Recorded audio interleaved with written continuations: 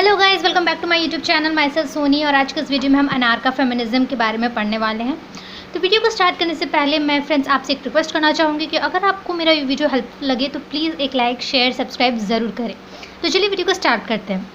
अनारका feminism दो शब्दों के संयोग से मिलकर बना है, अनारका और फेमिनिज्म, जिसमें अनारका का मतलब होता है अराजक और फेमिनिज्म का अर्थ होता है नारीवाद। तो अनारका एक ऐसी विचारधारा है जो सत्ता मुक्त समाज बनाना चाहती है, जो चाहती है कि सोसाइटी फ्री हो और कोई इसको रूल ना करे।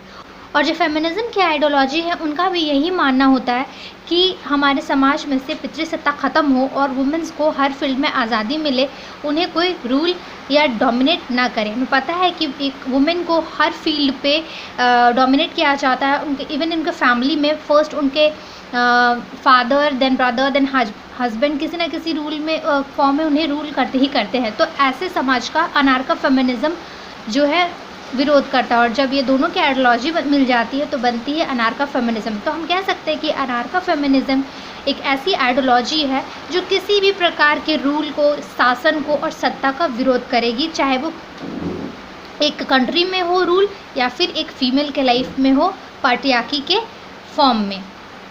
तो अनारका फेमिनिज्म के आइडियोलॉजी के लोगों का ये मानना होता है कि लड़कियों पर शासन करने वाले पितृसत्ता समाज का अंत हो और सभी स्त्रियों को एक समान हक मिले, ताकि स्त्रियां अपने हक के लिए आवाज़ उठाएं और समाज अच्छे से आगे बढ़ सके। तो हम अब अनारका फेमिनिज्म को डिफ़ाइन कर सकते हैं कि अनारका फेमिनिज्म एक एंटी ऑथोरिटेरियन मतलब सत्ता विरोधी, एंटी कैपिटलिस्ट पूंजीवाद विरोधी, एंटी ऑपरेसिव यानी कि दमनकारी विरोधी नीतियों के खिलाफ एक परिश्रम है, जिसका एक जो उद्देश्य है वो सभी लिंगों के लिए समाज में एक समान आधार बनाना है। अभी क्या है कि anarcha feminism suggest the social freedom and liberty of women without dependence upon other group and parties.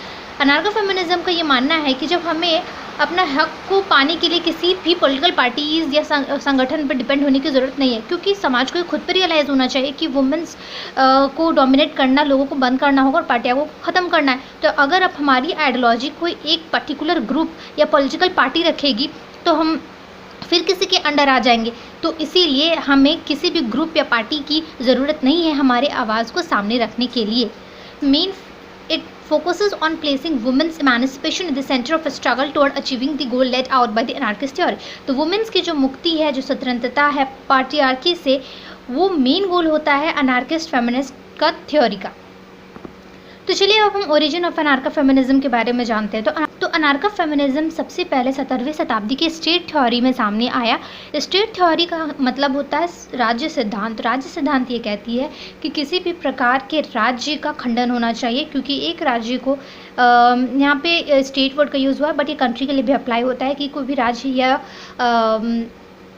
समाज को या फिर कंट्री को कोई एक गवर्नमेंट रूल करती है और सभी को उसे फॉलो करना होता है। तो जो स्टेट थ्योरी है वो उसका खंडन करता है। अनारका फेमिनिज्म का जिक्र मिला क्योंकि अनारका फेमिनिज्म भी कोई भी फॉर्म का रूल हो, चाहे वो वुमेन्स पे हो, चाहे वो कंट्री पे हो, उसका खंडन करती है। तो उस स्टेट थ्योरी में ही अनारका फेमिनिज्म की आइडिया का कहीं ना कहीं उत्पत्ति होना शुरू हुआ। लेकिन इस शब्द का, अनारका फेमिनिज्म का सबसे पहले उपयोग जो अगस्त 1970 के issue of Berkeley based movement newspaper called it and me बेबे में दिखा।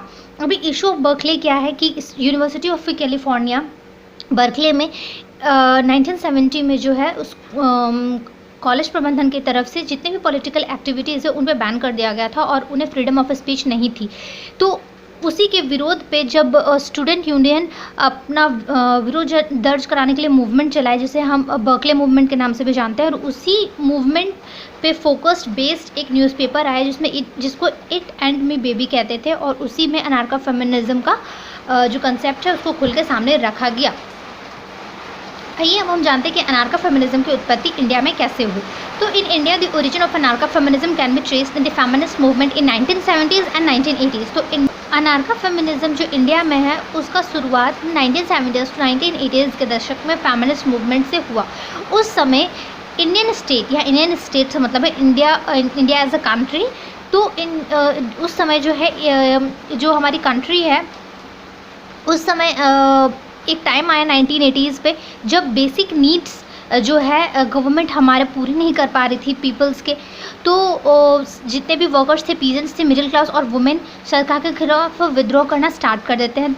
और क्योंकि उस समय हमारे कंट्री भी कोई ना कोई रूल करता है लाइक गवर्नमेंट, तो उस समय की जो गवर्नमेंट थी 1975 के, उन्होंने क्या किया कि इमरजेंसी लगा दी, जिससे कि सारे अधिकार एकाएक लोगों के छिन गए।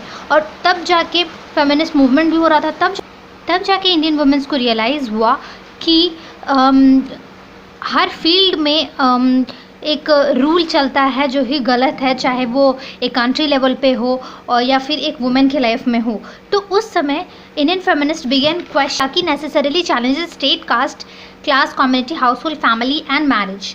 तो अब भारतीय नारीवादियों ने स्थापित सत्ता संरचनाओं पर सवाल उठाना शुरू कर दिया और महसूस किया कि जब हम पितृसत्ता पे आवाज़ उठाते हैं तो बहुत सारी जो ट्रेडिशनल इंडियन मान्यताएं हैं उस सब में सवाल उठाता है, और वो सवाल उठता है और वो सारे ड्रॉबैक्स खुल के सामने आते हैं, चाहे वो क्लास हो, कम्युनिटी हो, हाउस होल्ड हो, फैमिली हो, मैरिज हो।